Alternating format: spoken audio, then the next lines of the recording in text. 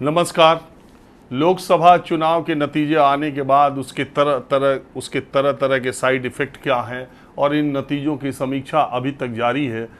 उसकी वजह यह है कि लोकसभा चुनाव शुरू होने से पहले ओपिनियन पोल जिस तरह से देश का मूड दिखा रहे थे और एग्जिट पोल आने के बाद भी देश में जिस तरह का माहौल बना था, नतीजे उसके उलट हुए, इंक्लूडिंग मेरे भी, जो मैंने उत्तर प्रदेश में मुझे लगता था कि भारतीय जनता पार्टी को कोई नुकसान नहीं होगा। खैर, ये आकलन गलत सही होते रहते हैं। मेरा मध्य प्रदेश में भी मैंने कहा था कांग्रेस की सरकार नहीं आएगी, तो कांग्रेस की सरकार आएगी तो वहाँ भारतीय जनता पार्टी की आ गई। यहाँ मुझे लगता था कि बीजेपी का 2-4 सीट का नुकसान होगा, लेकिन बीजेपी का 30 सीट के करीब 29 सीटों का नुकसान हुआ। और ये जनता की कई बार नब्ज़ पकड़ने में, और बहुत सारे लोग अंदाज़ा भी लगाते हैं, सारे लोगों का आकलन रहता है, हज़ारों लोगों ने लगाया, कोई 10-20 लोग, हर संख्या जितनी आती उत्तर प्रदेश में सीटों की, करीब करीब किसी ने उस संख्या का आकलन किया ही होगा या किया ही था। आकलन अपनी जगह है और माहौल अपनी जगह है, नतीजे अपनी जगह हैं। जब जैसा सामने दिखता है, एक न्यूज़ रिपोर्टर उस हिसाब से उन चीज़ों को सामने रखने की कोशिश करता है। बहरहाल वो चीज़ें अपनी तरफ हैं, लेकिन नतीजे जो चौंकाने वाले आए वो तो समाजवादी पार्टी के सबसे बड़ी पार्टी 37 सीटों के जीतने के तो थे ही, कांग्रेस पार्टी के 6 सीटों के जीतने के लिए थे ही, लेकिन मुझे जिन नतीजों ने सबसे ज़्यादा चौंकाया है वो 2022 के चुनाव में भी आमने सामने की टक्कर में मैंने ज़िंदगी में कभी नहीं सोचा था कि इस तरह की स्थिति बहुजन समाज पार्टी की होगी, जबकि 403 विधानसभा वाली प्रदेश में, सूबे में, जहां 4 बार उत्तर प्रदेश की मुख्यमंत्री मायावती रह चुकी हैं, वहां पर एक सीट यानी रसड़ा विधानसभा से बीएसपी जीतेगी। वो भी बीएसपी नहीं, वहां के कैंडिडेट उमाशंकर सिंह की जीत थी। 2019 में मायावती ने अखिलेश यादव के साथ गठबंधन कर 10 सीटें जीत ली थी। 2014 में भी उनकी 0 सीटें थीं, लेकिन 2024 के चुनाव में यकीन मानिए उनके टिकटों के बंटवारे के साथ ही ये सबको एहसास होने लगा था कि बीएसपी का खाता उत्तर प्रदेश में खुलने वाला नहीं, और बीएसपी को उनके टिकटों के बंटवारे, टिकटों के काटने, हमेशा कई जगहों के 2-2, 3-3 बार काटने की वजह से ये तो मालूम था कि उत्तर प्रदेश में बसपा का खाता नहीं खुलने वाला। जब विधानसभा सीट में एक सीट मिली विधानसभा चुनाव में, तो लोकसभा में खाता खुलना मुश्किल है।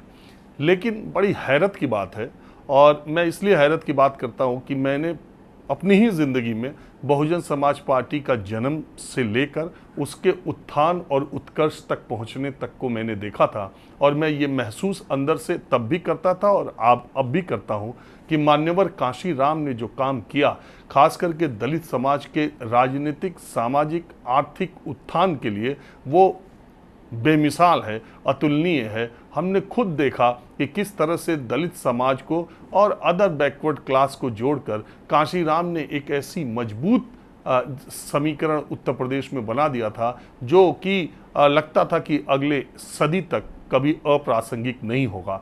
कई बार ये दिमाग में बात आती है कि मान्यवर कांशी राम ने उत्तर प्रदेश में, और खासकर उत्तर प्रदेश में, देश में तो जो किया, उत्तर प्रदेश में खासकर उनकी मेहनत और उनके बहुजन समाज के मूवमेंट को जहाँ तक उन्होंने ले जा कर के खड़ा किया, अब उसका आगे क्या होगा, कांशीराम के सपने का क्या होगा, देश की और उत्तर प्रदेश की दलित राजनीति का आगे भविष्य क्या है, मायावती जैसी सशक्त नेता पिछले 15 वर्षों में इतनी कमज़ोर होते हुए यहाँ तक क्यों पहुँच गई, ये एक देखने वाली बात है। मायावती ने अपनी हार के बाद ये बात कही है कि उनको मुसलमानों को अब बहुत सोच करके टिकट देना पड़ेगा, और उन्होंने ये कहा कि एक तरह से उन्होंने अपनी हार का ठीकरा मुसलमानों के ऊपर फोड़ा है।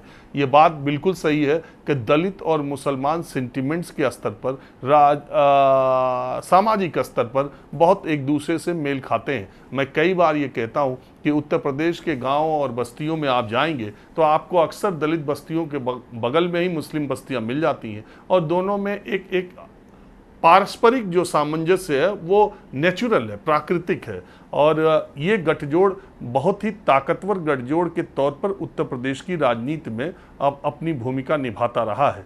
लेकिन मुसलमानों, और दूसरी इंटरेस्टिंग बात कई बार कई चुनाव में ऐसा हुआ कि जब मुल्ला मुलायम कहे जाने वाले मुलायम सिंह को मुसलमानों ने उतना समर्थन नहीं किया, कई बार जितना मायावती को किया। कभी भी अखिलेश यादव को जितने मुस्लिम वोट, अल्पसंख्यक माइनॉरिटी के वोट मिले हैं, उतने वोट मुलायम सिंह यादव को उत्तर प्रदेश की राजनीति में माइनॉरिटी के कभी नहीं मिले।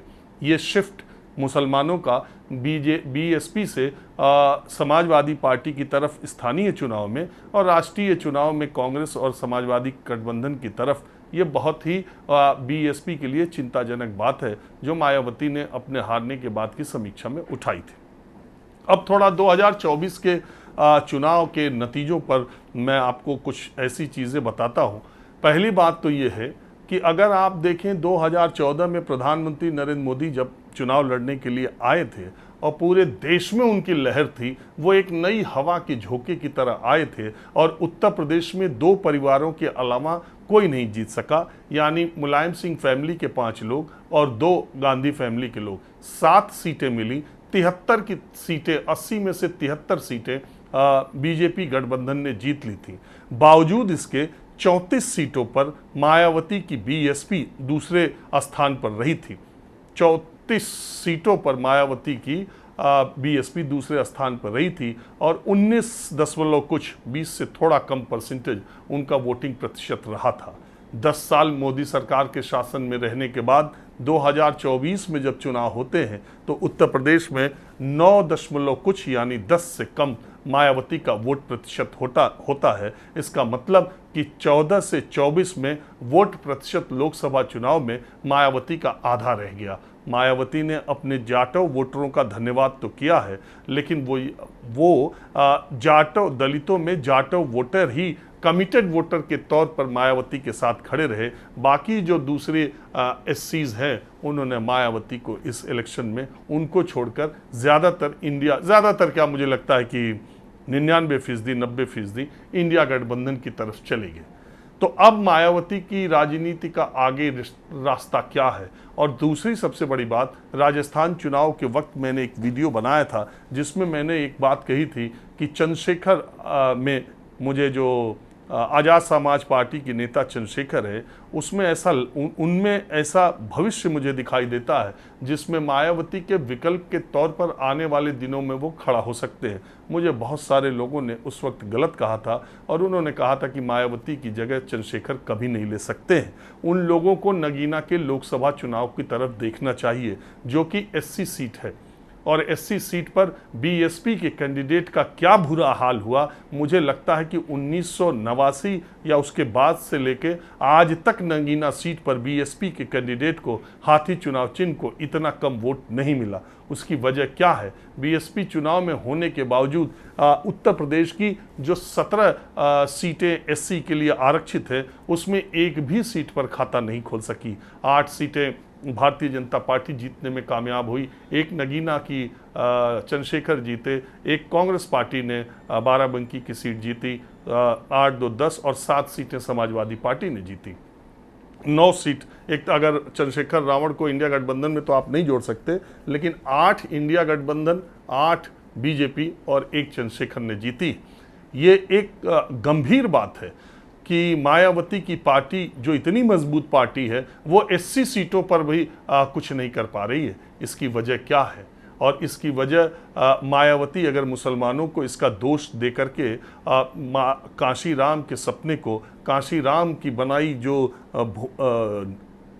नींव है जिस पर उन्होंने एक इमारत खड़ी की थी वो ढहने लगी है, तो क्या इसका दोष केवल मुसलमानों पर दिया जाना चाहिए?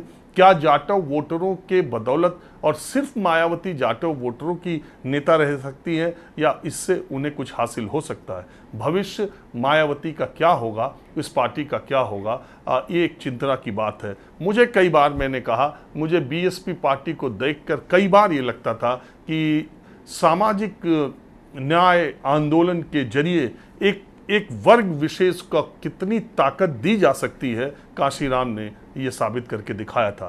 पहली बात तो ये है कि बीएसपी के संस्थापक सदस्यों और तमाम जो पिलर्स थे, मायावती ने उनको धीरे धीरे सबको काट के अलग कर दिया। दूसरी बात, मायावती की ये प्रवृत्ति कि उनके साथ बहुत दिनों तक कोई नेता, मुझे जब से याद है सतीश चंद्र मिश्रा से लंबे समय तक कोई भी उनके करीब नहीं रहा और कोई भी नंबर 2 की हैसियत में पार्टी में नहीं रहा। हालांकि इस पूरे लोकसभा चुनाव में मुझे नहीं लगता कि सतीश चंद्र मिश्रा की एक भी रैली आपने देखी होगी, एक भी प्रेस कॉन्फ्रेंस उनकी देखी होगी, एक भी उनका वक्तव्य देखा होगा। सतीश चंद्र मिश्रा को पार्टी में रहते हुए और पार्टी में अभी बने हैं तो किस तरीके से उनकी भूमिका, इसका किसी को पता नहीं है। इसी तरह से तमाम वो लोग, आज बाबू सिंह कुशवाहा जो जौनपुर से जीत के सपा से आए हैं, आज जो RK चौधरी है, ये सारे लोग कांशीराम के ज़माने के बनाए हुए लोग हैं जो आज समाजवादी पार्टी के सिंबल पर सांसद बनने में कामयाब हुए हैं। तो ये एक सोचने वाली बात है। दूसरी बात ये है कि BSP का भविष्य क्या, जो दलित राजनीति का भविष्य है वो चंद्रशेखर हो सकते हैं। मैं अभी सोच रहा था कि उत्तर प्रदेश से जितने दलित नेता, जितने SC सीट से जीते लोग हैं, उसमें सबसे फायर ब्रांड आज़ाद हैं, इसमें कहीं दो राय नहीं। अब BSP का कोई आदमी लोकसभा में दलित का या शोषित समाज का आवाज़ उठाने के लिए सबसे मुखर रूप पे आपको लोकसभा में दिखाई देगा तो उसका नाम चंद्रशेखर है। BSP का सांसद ही नहीं होगा तो उस तबके की बात उठाने वाला।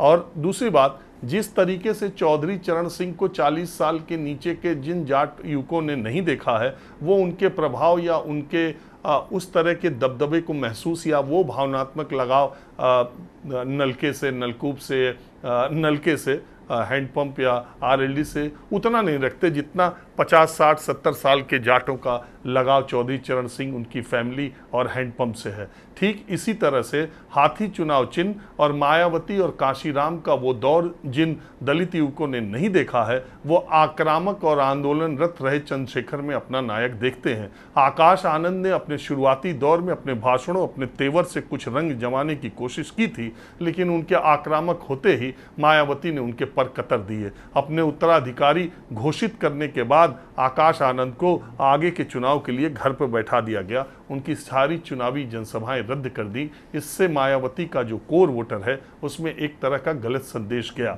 पिछले 10 वर्षों में विपक्ष के तमाम नेताओं के खिलाफ जो CBI, ED, इनकम टैक्स जैसी संस्थाओं का दुरुपयोग किया गया, उससे मायावती बिल्कुल पाक साफ बची नहीं। और मायावती के खिलाफ ऐसी कोई एक्शन, वो उनके जनाधार की वजह से या उनके उनकी जो भी चीज़ें थी, ये ना होना और मायावती का समय समय पर टिकटों के बंटवारे में इस तरीके के टिकटों का बंटवारा करना कि उनका तमाम दूसरा कोर वोटर है उसके बीच एक गलतफहमी पैदा हुई।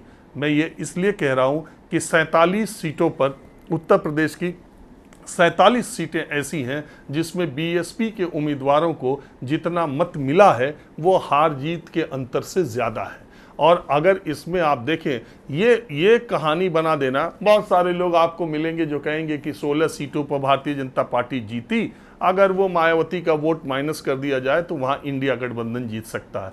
उनको दूसरा पक्ष नहीं पता कि 31 सीटें इंडिया गठबंधन ने ऐसी जीती हैं, अगर मायावती का वोट माइनस कर दिया जाए तो वहाँ BJP जीत जाती, इंडिया गठबंधन के लिए नुकसानदेह हो सकता।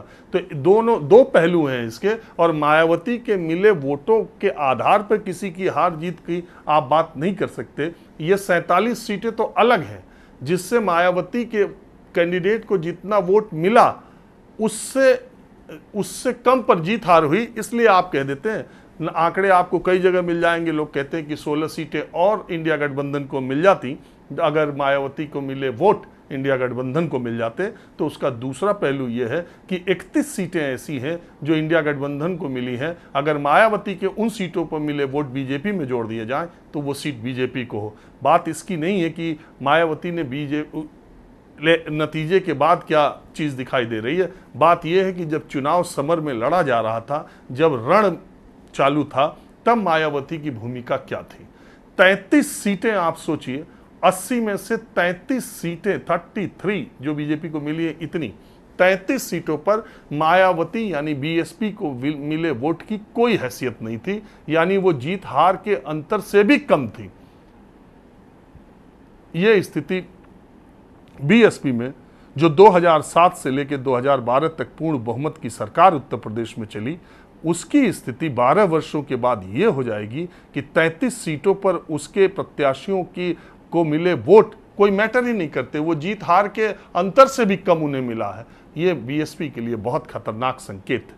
तीसरी बात, बीएसपी के काडर में बहुत उदासी है। अपने नेता की सक्रियता, अपने नेता के जो उनकी भूमिका है उसको लेकर बीएसपी का काडर जो है, जो मूल काडर है, उसके अंदर भी एक अजीब सी बेचैनी है, एक अजीब सी छटपटाहट है कि उनके नेतृत्व का अब आगे क्या होगा। दलित चेहरा, दलित नेतृत्व इसमें कैसे आगे बढ़ेगा। देखिए, एक बात मैं बताऊं, बहुत दिलचस्प किस्सा है। वो चंद्रशेखर जी की एक से रिलेटेड एक किताब में मैंने पढ़ा है। चंद्रशेखर जी, अब मैंने कई बार सुनाया भी होगा, लेकिन मैं आपको बता दूं कि मुलायम सिंह यादव जनता दल छोड़ने के बाद जो सजपा बनी, समाजवादी जनता पार्टी, उसके राष्ट्रीय सम्मेलन में बलिया में गए थे और उन्होंने कहा था कि वो ता जिंदगी अध्यक्ष जी यानी चंद्रशेखर जी के साथ पार्टी में बने रहेंगे और इसी पार्टी में वो रहेंगे। चंद्रशेखर जी अध्यक्ष थे, मुलायम सिंह उनकी पार्टी में आ गए। लेकिन एक विमान यात्रा में जो दिल्ली से लखनऊ जा रहे थे, काशीराम और मुलायम सिंह उस जहाज में साथ साथ बैठे हुए थे। काशीराम ने मुलायम सिंह को ये राय दी कि देखो मुलायम सिंह, अगर आपको पिछड़ों की राजनीति करनी है तो चंद्रशेखर जी को अध्यक्ष बना करके आप नहीं कर सकते।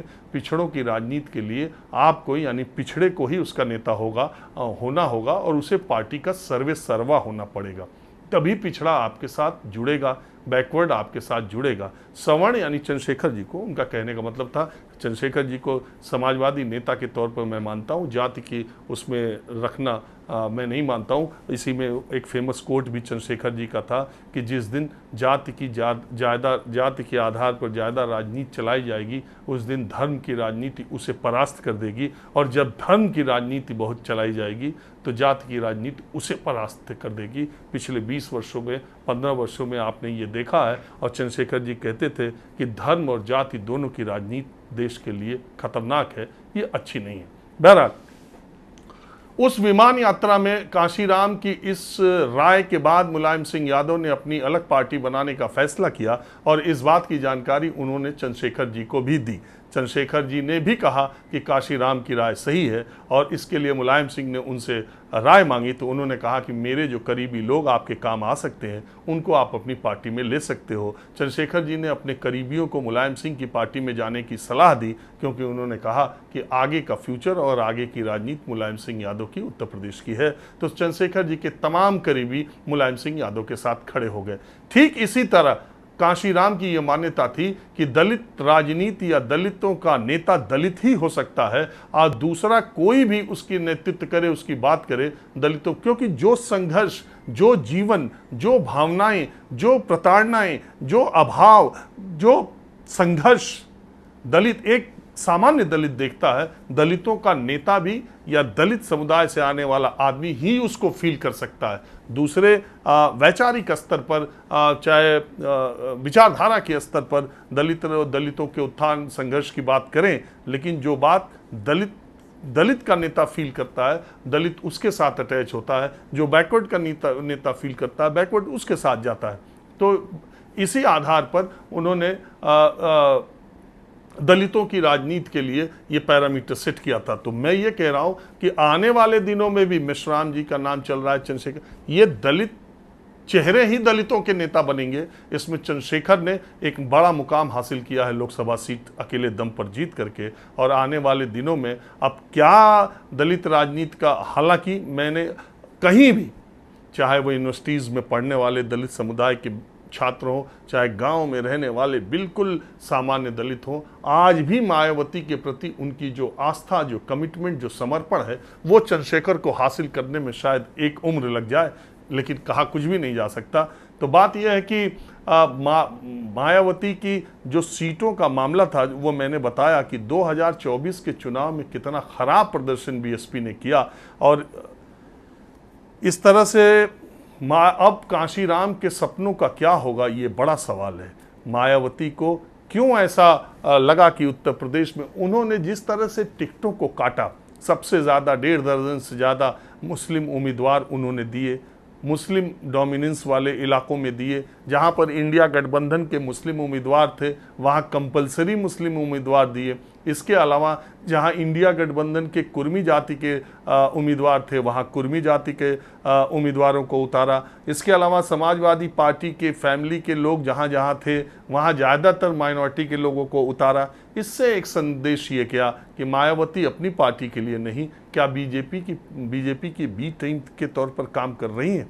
और जब देश आमने सामने की टक्कर में था, आमने सामने की 350 सीटों पर लड़ाई हो रही थी, तो फिर मायावती ने उस समय अकेले लड़ने का फैसला क्यों किया। जब अरविंद केजरीवाल जैसा व्यक्ति दिल्ली में कांग्रेस के साथ समझौता कर सकता है तो फिर मायावती जो कि 19 में उन्होंने समझौता किया था वो 24 में क्यों नहीं कर सकती हैं। 2022 में जब एक विधायक पर वो सिमट सकती हैं तो वो इंडिया गठबंधन का हिस्सा क्यों नहीं हो सकती है। देखिए 2007 में जिस पूर्ण बहुमत के साथ मायावती उत्तर प्रदेश की सरकार में आई थी, उस समय उनके पास ये पूरा मौका था कि वो अपने बेस वोट बैंक को बड़ा बनाती, अपने मकान, अपने कार्यालय, अपने निवास स्थानों को बड़ा बनाने की जगह अगर अपने वोट बैंक को उन्होंने बड़ा बनाया होता तो मायावती में कांशीराम ने जो भूमि तैयार करके दी थी, जो जमीन तैयार करके दी थी, मायावती में इस देश की प्रधानमंत्री बनने का पूरा मादा था। उनका नेतृत्व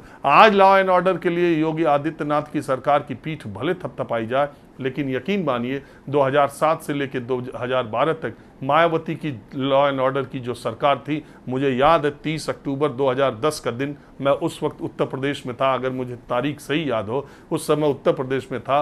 लखनऊ हाई कोर्ट ने राम मंदिर के मामले में अपना फैसला सुनाया था, एक पत्ता नहीं खड़का, जबकि मायावती की सरकार थी। और मायावती की सरकार में मुस्लिम विधायकों की संख्या अच्छी खासी थी, मुस्लिम वोट बैंक, मुस्लिम शेयर उनकी सरकार में बहुत ज़्यादा था, मुस्लिम वोट उनको बहुत ज़्यादा मिलते थे। बावजूद इसके पूरे उत्तर प्रदेश में एक पत्ता नहीं खड़का। मायावती ने जिस तरीके का लॉ एंड ऑर्डर अपने, और वो मायावती के ज़माने में ऐसा भी नहीं था, बहुत जो अभी की सरकार पे आरोप लगता है कि जो विपक्ष में है वहाँ बुलडोजर, और जो संरक्षण में आ जाएं, जो आपके साथ आ जाएं उनको संरक्षण। तो मायावती की सरकार उस लेवल पे गई, लेकिन मायावती ने अपनी सरकार के दौरान और लोगों का विश्वास हासिल करने के बजाय, और वो जनेश्वर मिश्रा कहते थे ना कि ये जो पोस्ट मंडल आयोग के आने के बाद जो पार्टियां बनी हैं और जिनको देश के अलग अलग हिस्सों में इतना जन समर्थन मिल रहा है, अगर ये पैसे और परिवार से ऊपर उठ जाएं तो लोकतांत्रिक क्रांति कर सकते हैं। लेकिन अफसोस 90 के बाद जितने भी राजनीतिक दल, क्षेत्रीय राजनीतिक दल मजबूत हुए, वो पैसे और परिवार से ऊपर नहीं उठ पाए, और इसीलिए समय समय पर दूसरी राजनीतिक शक्तियाँ महत्वपूर्ण होती चली गई। अब मैं बात करता हूँ थोड़ा अतीत की। 15 दिसंबर 2001 का दिन लखनऊ के लक्ष्मण पार्क में 6 लाख लोगों की बीएसपी की रैली हुई थी। 15 दिसंबर 2001, यानी आज के 23 साल से कुछ महीने कम। और उस रैली में मान्यवर कांशीराम ने अपनी उत्तराधिकारी मायावती को घोषित किया था।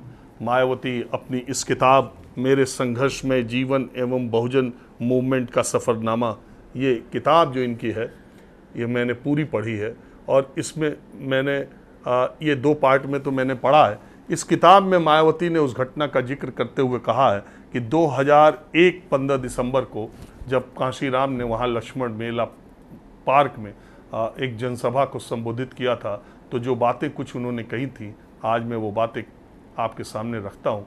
और मैं ये भी कि कांशीराम जैसे सामाजिक न्याय के धुरंधर की बनाई पृष्ठभूमि को मायावती 12, 15, 20 साल भी, 15 साल, 13 साल भी बरकरार न रख सकी, ये अपने आप में बड़ी विडंबना है। 1984 14 अप्रैल को कांशीराम ने बीएसपी का गठन किया था। 1986 में बीएसपी को नीला निशान और हाथी चुनाव चिन्ह मिला था, और नीला रंग और हाथी चुनाव चिन्ह मिला था। तब 86 में ही वो क्षेत्रीय पार्टी का दर्जा पाने में कामयाब हो गई। इसके 10 बरस के बाद 1996 में बीएसपी राष्ट्रीय पार्टी हो गई, और 2001 में वो देश की तीसरी सबसे बड़ी पार्टी हो गई थी। और 2001 के बाद कुछ दिनों के बाद, मुझे लगता है काशीराम जी बीमार रहने लगे और उसके बाद उनकी विरासत को आगे लेते हुए 2007 का जो इलेक्शन हुआ उसमें पूर्ण बहुमत की सरकार बन गई। उस सरकार के बाद मायावती को आकाश सी ऊंचाइयां हासिल करनी चाहिए थी, लेकिन उस सरकार के बाद मायावती ने ये बीएसपी का ग्राफ लगातार गिरते गया और 12 से लेके 12 में सरकार गई और 14 में एक भी सीटों का खाता नहीं खुला, 19 में 10 सीटें मिली और 24 में फिर सिफर पर हो गया। अब मायावती यहाँ से उसको लेकर के कहाँ पर जाएंगी, ये एक बड़ा सवाल है। और बहुजन मूवमेंट का, बहुजन समाज की राजनीति का आगे भविष्य क्या होगा, ये एक बड़ा सवाल है। क्योंकि देश में हमेशा काशीराम कहते थे मजबूत नहीं मजबूर सरकार चाहिए, लेकिन सरकार जिस तरीके की बन रही है वो हर जगह मजबूत है। तो क्या बीएसपी अब हाशिए पर चली जाएगी या मायावती नए सिरे से इस पार्टी को खड़ा करेंगी, या अब दलित राजनीति और दलित चेतना का जो केंद्र है वो बदल जाएगा। आने वाले दिनों में ये सबसे महत्वपूर्ण राजनीतिक घटनाक्रम होगा जिस पे आप भी नज़र रखिएगा, मैं भी रखूँगा। नमस्कार।